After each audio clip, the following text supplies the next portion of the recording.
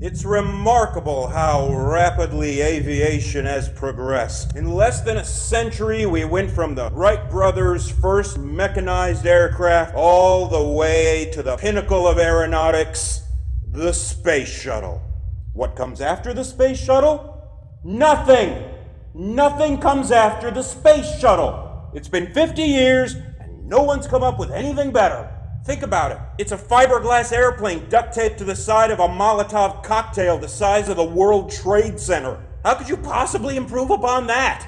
Space shuttles are about to make a big comeback, particularly in tonight's story. A brand new one has been built and flung into low Earth orbit. There are only 3 people on board. Let's join them now. Find out how absolutely fucked they are. And stay tuned after the closing credits to find out if I'm still sitting in this chair.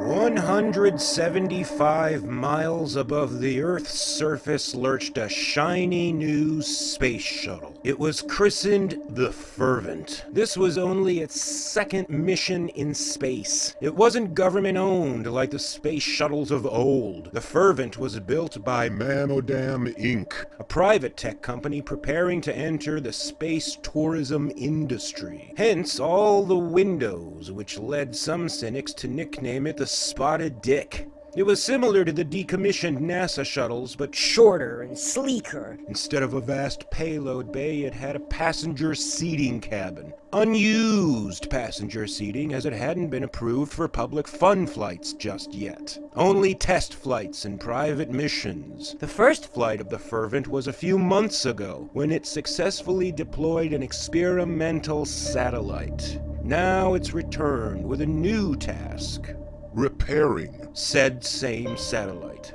There were only 3 people on board for this trip. First and foremost was the pilot, Captain Kane Strangeways, an ex-NASA astronaut. She retired from the agency to start a family.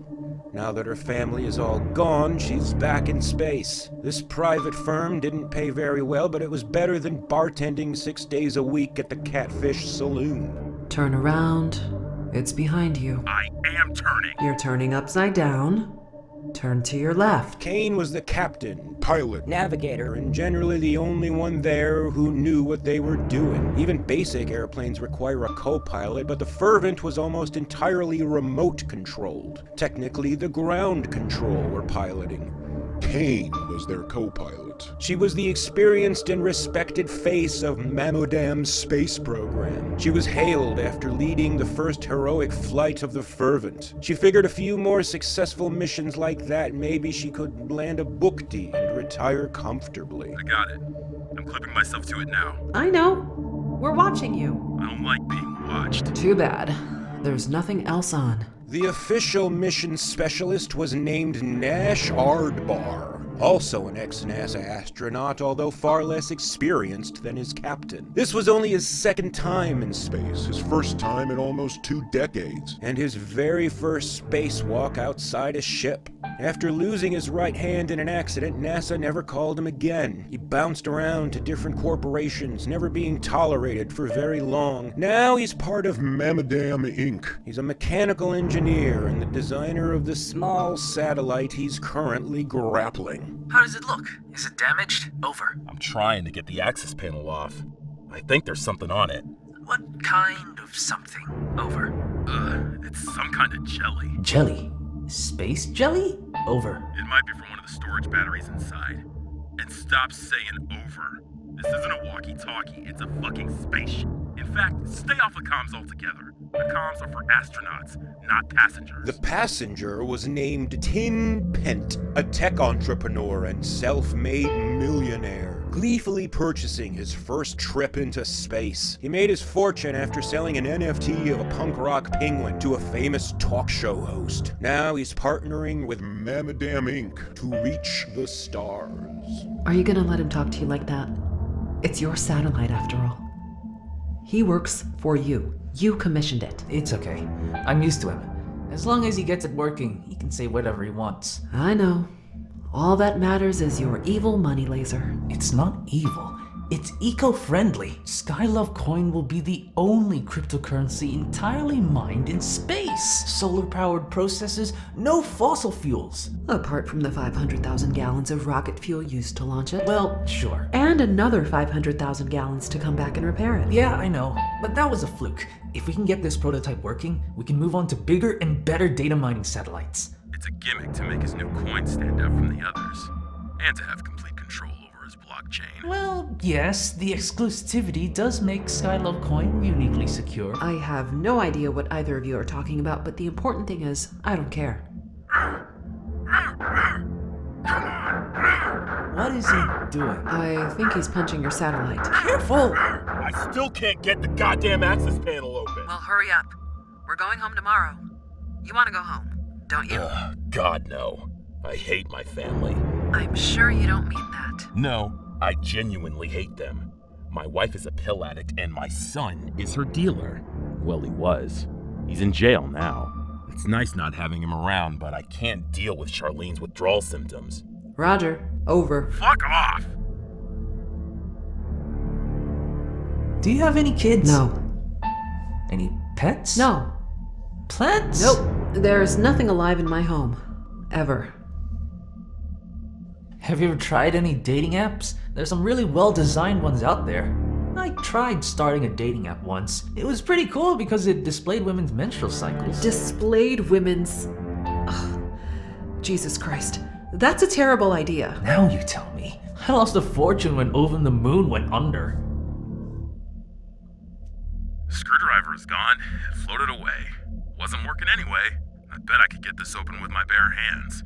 I can't work with these fucking gloves. I'm going to bring her in. Fine. I'll start folding up the solar panels. I'm going to check it out. You do that. Tin removed his headset and seatbelt and slipped through the letterboxed doorway behind them. Kane remained in the cockpit, Monitoring the monitors. Nash climbed back on board with the crypto satellite in tow like an obstinate dog on a leash. The airlock cylinder was in the center of the room. That way, future tourists could marvel as brave astronauts go to and from the vacuum of space. As if proof of concept were needed, Tin was eagerly floating in front of the edifice like a child about to catch Santa Claus tumble down the chimney. Wow. My satellite. It's been in space. You're in space! You're in space right now! What is this stuff on it? It doesn't look like battery acid. Don't touch it! I wasn't going to. I'm going to the crew quarters. I'll work on it in there. Can I watch? If you do, I'll spend the entire time making fun of you until you cry. Oh, okay. I'll just hang back here then. Maybe do some meditation. You're the boss. Nash slipped through the bottom of the two sideways doorways at the front of the ship.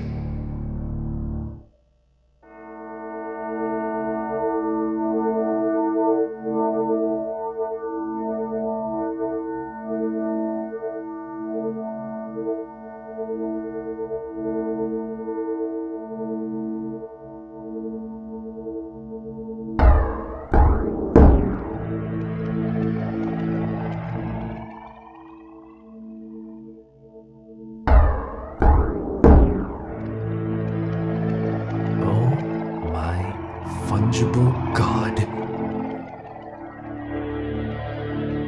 Back in the cockpit, Kane continued to brood alone in the dark. She gazed at the earth and folded superfluous paperwork into the shape of fish. They swam around her head and explored the cabin. She looked down at the backpack tucked halfway under her seat.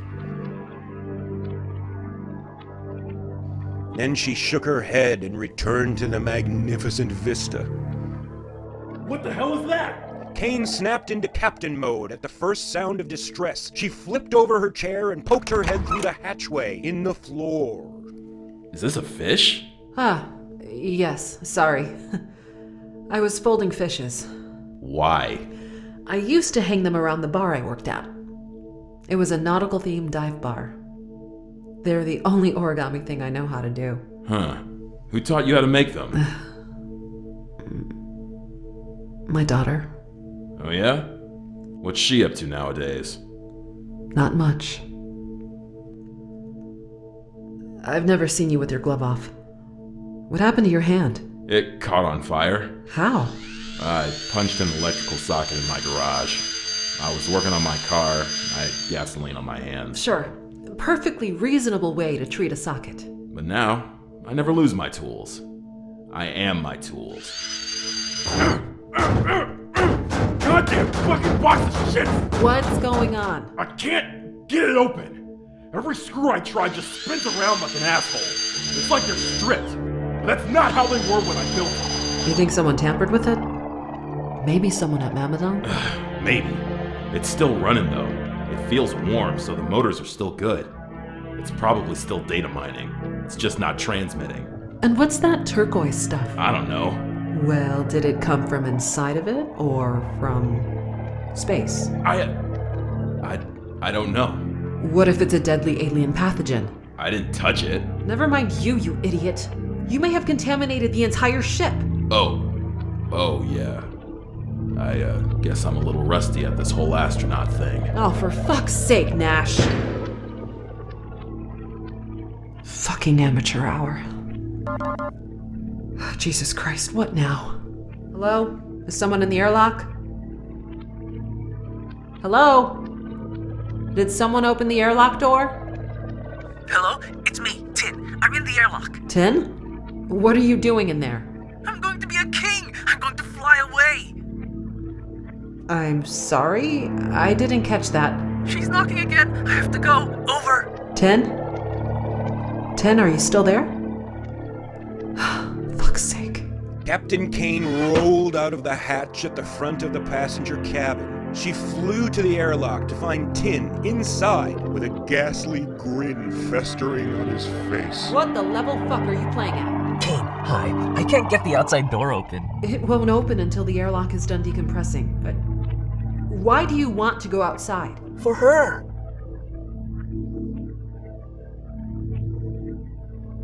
The Earth? No, the mermaid. Excuse me? Can't you see her? She's right there. She's got big white hair and a long tail with silver scales twinkling like starlight. And her face is kind of alien. Oh, she's an alien! A space mermaid! I found a space mermaid! I'm sorry, Tin.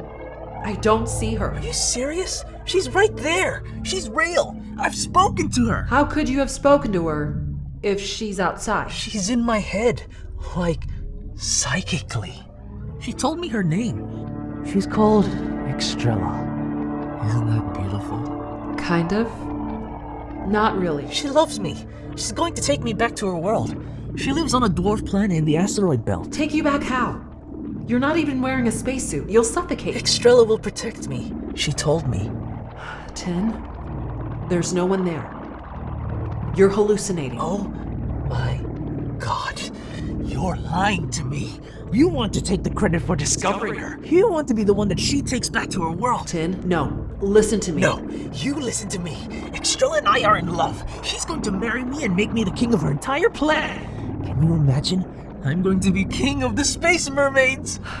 Tin, step out of the airlock. Let's discuss this.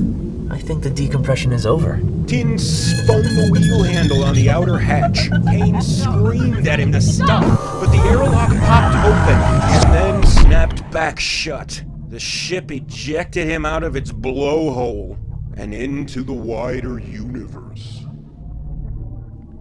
All the captain could do was watch as the corpse of the Fervent's first passenger floated lifelessly above her. Well, shit. She darted back to the cockpit to panic. This was her first time losing a passenger. In space, at least. Well, she thought that's the end of her career as an astronaut. Back to bartending. Then she admonished herself and instead thought of Tin's soon-to-be grieving family. She wondered if she'd be the one to tell them. Certainly she'd have to be the first to tell someone. Ground control, this is the Fervent. Ground control, can you hear me? This is the Fervent. Shit. The reality of the situation was starting to bear down on her in the same way that gravity wasn't. Her hand reached for her backpack. Kane? Ground control? What? No, it's Nash downstairs. Oh, right. Hi. Did you take my crowbar? Your what now? My crowbar? I want to pry open this satellite, but I can't find my crowbar. It was in my toolbox. It has yellow tape on it. I marked all my tools with yellow tape so they don't get mixed up. I didn't touch your toolbox, Nash. Oh. Well, can you ask Tin? No. Why not? Tin is dead. You fucking what? He jumped out of the airlock without a suit. He's floating outside. Why? He said he saw something outside. What kind of something? A mermaid. Fuck off! I'm serious. I talked to him face to face. He said he saw a space mermaid. Maybe it was a tarp or something floating around. I don't think so. He was pointing at her, but I didn't see anything. It was like he was hallucinating. Nash, did he touch the satellite when you brought it in? Yeah. Maybe it's the blue goo. I don't think he touched the goo. I told him not to. Maybe it has airborne spores. He was acting really weird. He said the mermaid was talking to him in his head. Something made him go crazy. I've been exposed to it a lot longer than him, and I'm not seeing anything. Maybe there are other factors. Have you told ground control? I tried. I'm just getting static. Try again. Okay. Now where the hell is my crowbar? I hope Tin didn't take it with him. That's a thought. Why am I even bothering with this thing? The guy that owns it is dead. Oh. You little bitch! Give me back my crowbar! Ground control, this is Captain Kane of the Fervent. Captain Kane attempted to contact anyone she could, but as far as she could tell, no one could hear her. She decided to check in on the one person who could. He had been strangely silent in the last hour. Nash, I've tried everything. Every frequency, every emergency protocol, even Morse code. I'm getting nothing. Total communication blackout. That makes sense. I think I know why. You do? Why? Someone's been sabotaging the ship. Oh my god. Who? Look out the window. Starboard side. I don't see anything. You can't see her? Her? Oh no. He was right. It's a goddamn space mermaid. And she's got my crowbar. What? How could she have your crowbar? I don't know, maybe Tin took it with him. I don't think he was carrying anything. I don't know how she got it, but I can see it. It's got my yellow tape on it, and she's using it to sabotage the ship. Nash, I don't see any mermaid. Are you serious? This is real, Kane. She knocked on my window. Nash, I think you've spent too much time with an alien substance. But it's a mermaid. How can two different people have the same hallucination? I told you he saw a mermaid. I planted the suggestion in your head. Didn't Tin say she was psychic? Maybe she's gotten inside your head and hidden herself from you. Yeah? I suppose that's one explanation. You can at least see the tiles, right? What tiles? She's prying the tiles off the side of the ship. You can see the tiles drifting off into space, can't you? Honestly, no. Kane, this is not a hallucination. She's real. She's an alien. No, she's a gremlin. She's a gremlin that's intentionally trying to kill us. At the very least, we're going to burn up on re-entry if we don't stop her. Stop her how? Oh no. No, no, no, no, no, no, no, no, no. No. I'm bringing her in. Dead or alive. Please tell me you're wearing a spacesuit. Of course I am. I'm not an idiot like Tin. I've got the jetpack too. See? Tin was an idealist. Weak. Afraid to take on a threat. That's how she was able to get inside his head. But notice how she's not talking to my brain. Because she can't. I agree.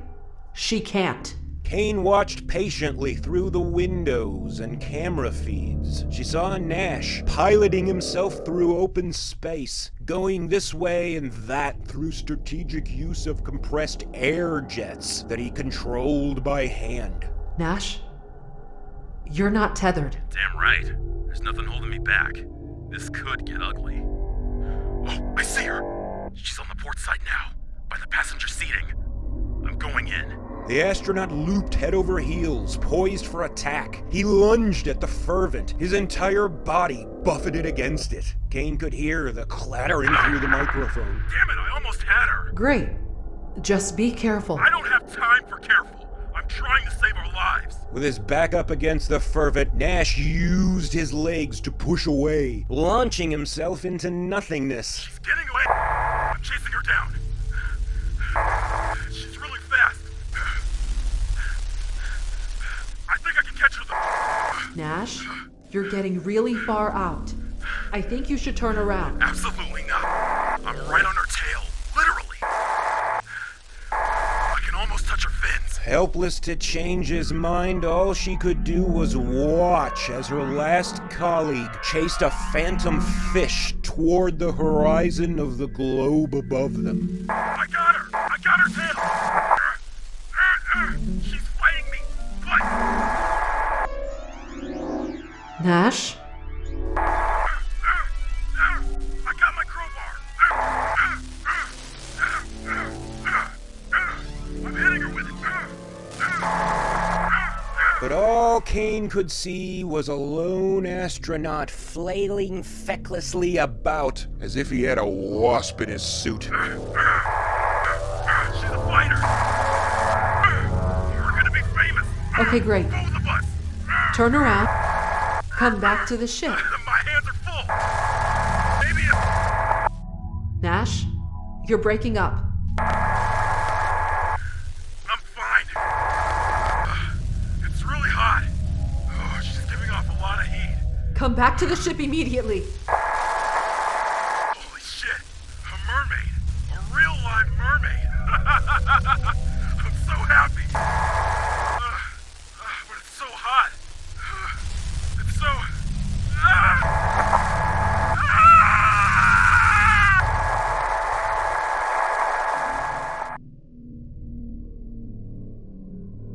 The Fervent's mission specialist succumbed to the Earth's irresistible pull. Kane witnessed the very moment the distant figure burst into flames like a matchstick, and his ashes presumably scattered over the Caribbean Sea. The captain clutched at the window and stared in disbelief. She was the only survivor. Again. She went back to her seat and instinctively reached for the backpack tucked halfway beneath it. Removing a plastic thermos, she took a deep and satisfying gulp. Suddenly, she was very happy she snuck it on board. At this point, the threat of getting fired was irrelevant. Nothing left to do now but sit back and wait for Mamadam Ground Control to remotely bring her home tomorrow. Assuming they still could. And then she'll have to explain why she was the only one to walk away. Something she hated doing. Kane sat strapped to her captain's chair, getting slowly stewed, as the constituent particles of her crew rained down on the planet above. Now, she thought, would be a really good time to not Be alone.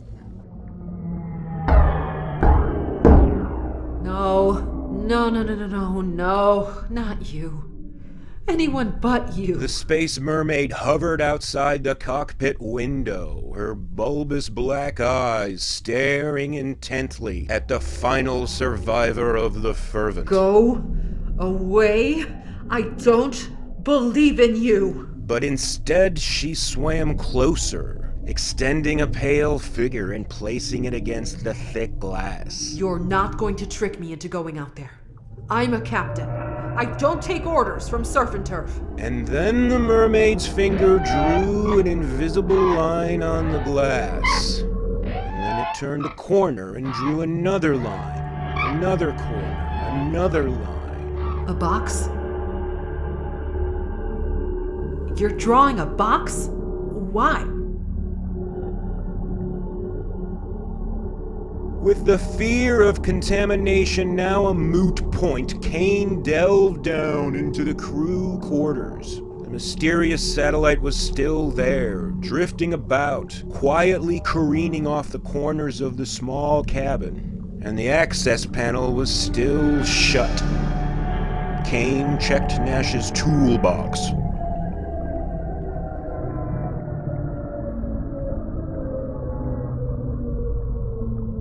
She took the box back to the cockpit. Jamming the satellite into a chair and strapping it in place, she shoved the crowbar into the edge of the access panel and pried it open. An aroma wafted out, like a fresh breeze over an oceanside beach. Peering inside, she found whirring motors coexisting with disconnected wires. But most prominently, she discovered a clutch of turquoise orbs, marinating in their matching ooze. Oh no.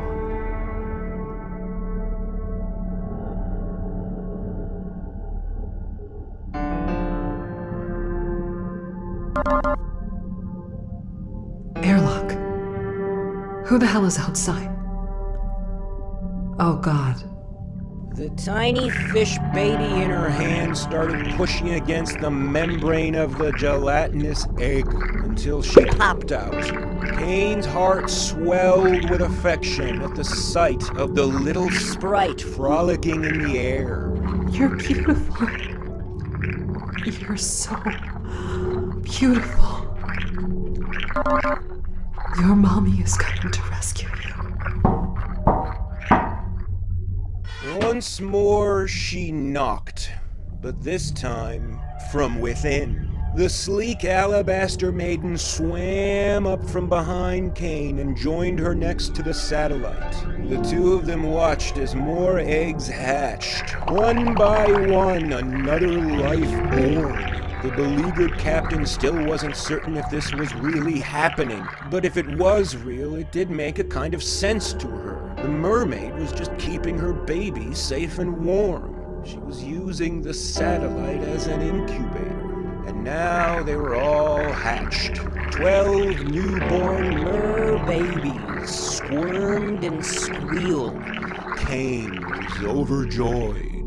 And just when she thought she couldn't take any more, she spotted the firstborn. She broke away from her sisters and approached Kane, nuzzling up to her neck, purring like a gurgling kitten. The captain turned to the proud mer-mother, who in turn was looking at her and the affectionate firstborn. Kane felt a pang of guilt, perhaps even fear. The creature approached, reached out a webbed hand, pressing it to the astronaut's cheek. It was smooth, cool, and slick. Her eyes were as black as the edges of the universe. Kane became overcome with a wave of love and acceptance. All of a sudden, she was a mother again. Moments later, she tearfully bid adieu.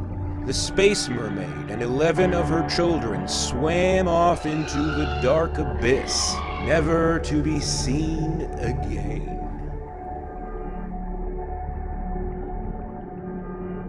The next day, the shuttle's re-entry procedures were remotely activated, right on schedule. The Fervent safely returned to Earth. Kane had quite a lot to explain. The tale of how she lost 2 crew members captivated the world, but the sight of the baby mermaid she adopted astonished them. She decided to name her Nextrella. Over time, the visitor learned to understand English and even speak it. Kane immediately retired from Mamadam and went on to write books about her experiences as a survivor as the mother of an alien. She gave speeches and received accolades and support. She and her daughter became famous. Nextrella grew up to be accomplished in her own right. She got a PhD in quantum mechanics. She was an innovative inventor, and for a few years she was even a chart-topping pop singer. She and her mother bought a lavish home in the country. As Kane grew old, she slowly retreated from public life. She was happy enough to sit back and watch Nextrella thrive in the limelight. One night, Kane was sitting alone in her back garden, drinking hot cocoa, gazing at the stars, swatting at mosquitoes. Nextrella was somewhere in Asia on the second leg of her first comeback tour. 39 years had passed since the horrific shuttle incident that brought this beautiful mermaid into her life. And 51 years had passed since the horrific drunk driving accident that took her biological daughter. She swatted another mosquito. There were quite a lot of them, especially for winter. She sipped her cocoa and looked back at the night sky. There was a shooting star, and perhaps she should make a wish, she thought. It was a very big shooting star. No, wait. It was a ship. It was her ship. Oh, I never left. I'm still on board the Fervent. The eggs had just hatched, just as she recalled. But instead of cherubic merbabies, they were Blunt, umber tadpoles, tiny flying fists with rows of sharp teeth. Kane floated in a stupor as the hungry piranhas picked away at her flesh. No matter how much of her they devoured, she couldn't break the smile that beamed from her bleeding face. Just before her last eyeball was nibbled away, she caught a glimpse of the space mermaid, who watched with pride as her newborns fed for the very first time. Well, at least she was nice enough to give me some good memories as I died. That's more than my real daughter.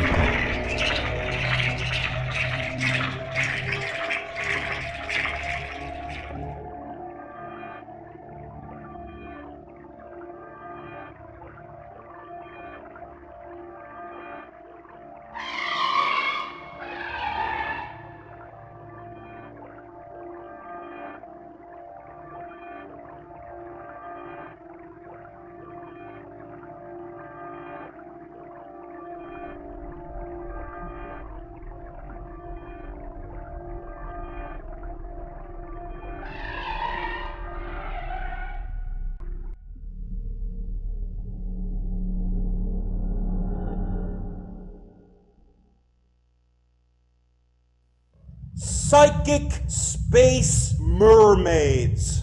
The scourge of the 7 Van Allen belts. Who knows what's real? Am I real? Is this place real? Shit.